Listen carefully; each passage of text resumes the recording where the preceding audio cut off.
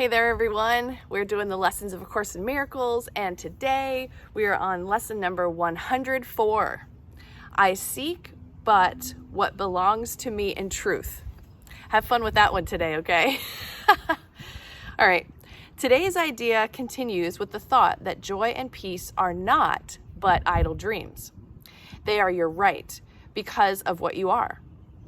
They come to you from God, who cannot fail to give you what he wills. Yet must there be a place made ready to receive his gifts. They are not welcomed gladly by a mind that has instead received the gifts it made where his belong as substitutes for them. Today, we would remove all meaningless and self-made gifts which we have placed upon the holy altar where God's gifts belong. His are the gifts that are our own in truth. His are the gifts that we inherited before time was, and that will still be ours when time has passed into eternity. His are the gifts that are within us now, for they are timeless, and we need not wait to have them. They belong to us today. Hallelujah. Therefore, we choose to have them now, and know, in choosing them in place of what we made, we but unite our will with what God wills, and recognize the same as being one. Our longer practice periods today, the hourly 5 minutes given truth for your salvation, should begin with this. I seek but what belongs to me in truth, and joy and peace are my inheritance. Then lay aside the conflicts of the world that offer other gifts and other goals made of illusions, witnessed to by them, and sought for only in a world of dreams.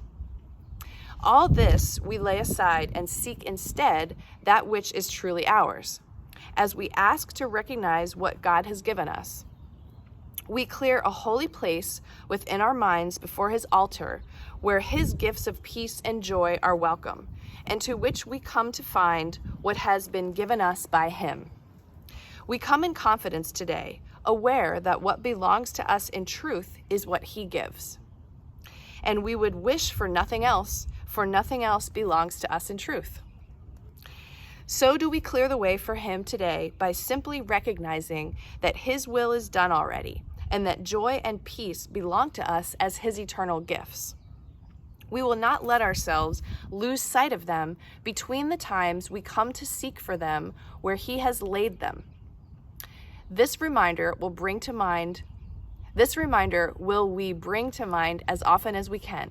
I seek but what belongs to me in truth. God's gifts of joy and peace are all I want.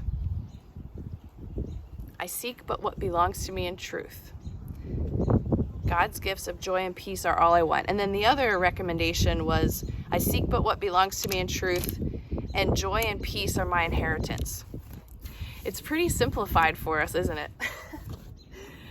Okay, let's see what A Year of Forgiveness has to say about lesson 104. I seek but what belongs to me in truth.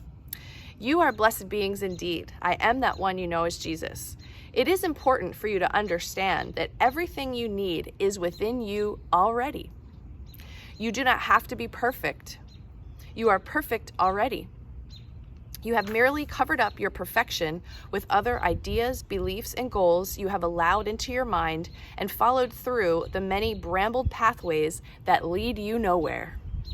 This lesson is about understanding truthfully that everything you ever were given by God, your creativity, your alignment with love, your affinity with your brothers and sisters, is your God-given truth. You don't have to do anything to deserve it. I'm going to say that again. Woo, somebody needs to hear that today. You do not have to do anything to deserve it. You don't have to do anything to truly experience it other than stop following the other things. One of the ways you do this is through pursuing your creativity by understanding that whatever you give energy to, whatever you're focusing on intently with joy or any other strong emotion, gets infused with your energy. When you focus on things you don't want passionately and hate, you infuse them with your creative energy. Thus, they expand and get stronger. When you focus on something you love with positive, loving passion and infuse it with your energy, it gets stronger.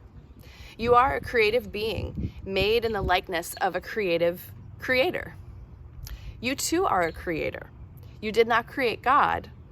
God created you, but you are alike in that way.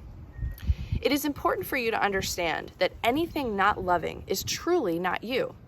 That's why it hurts. That's why it causes suffering. So keep it simple. When you begin to feel bad and less at peace, ask yourself, what are you doing that is not loving or not doing that is in accord with love? Perhaps it is as simple as taking a nap because you're tired. Perhaps it is as simple as saying, I don't really want to do that because it's not what you feel like doing. These seem inconsequential, but when you go through your day, you have many opportunities to say yes or no to things. Take a moment before you say yes to something to consider whether it's in alignment with what you want. Do you want more or less of that thing? Many of you go to jobs you dislike, and you must own that decision. You must say, I chose this job. I go here every day. At some point, this job seemed like a good idea. How do I know? I know because I'm here and I go here every day. If you have set up systems, mortgages, and people who depend on you to go to this job, then you must address it in a slow and steady way. Just as you miscreated along those lines, if you're not happy with what's going on, then you can choose again. You discuss with your loved ones that you are not where you wish to be. Do not blame them. Do not say, you are making me go every day because you have become dependent on me. There is a dance you do with your family. There is an agreement you have made with them, and you fully participate in the choices that support that agreement. It is important for you not to act as if others victimize you when you fully engage in the choices you make every day. Some of you say, that's not fair. I don't like the choices I have made. Well, you are the captain of your ship. If your ship goes in the wrong direction, then you must correct the trajectory of that ship. When you change the course of the ship, you do not suddenly turn hard on the wheel. You do it gently and slowly and make a wide arc until you reach the direction you have carefully calculated from the stars or your nautical maps. For you, it is from your guidance system. If you are off track and heading to a land you do not want to visit, make a new trajectory based on the map that is your guidance system. Do not turn hard on that steering wheel because you may unbalance the ship and capsize it. It's better to go slowly and steadily back to a path that feels correct for you. I am that one you know as Jesus, and we will see you again tomorrow. Well, that was a great teaching today. I seek but what belongs to me in truth. A lot of these themes are repetitive. We see joy and happiness showing up in this lesson. We see holding ourselves accountable for the consequences and results of decisions we've made in our lives, and that we are being empowered by Jesus to slowly and steadily change the trajectory of our lives so that we can be experiencing our birthright, which is joy and peace and happiness. Sounds easy enough. Have a great day, everyone. Hope you get out and enjoy the sunshine and nature wherever you're at. Feels so good. Woo! It's awesome. Talk to you tomorrow.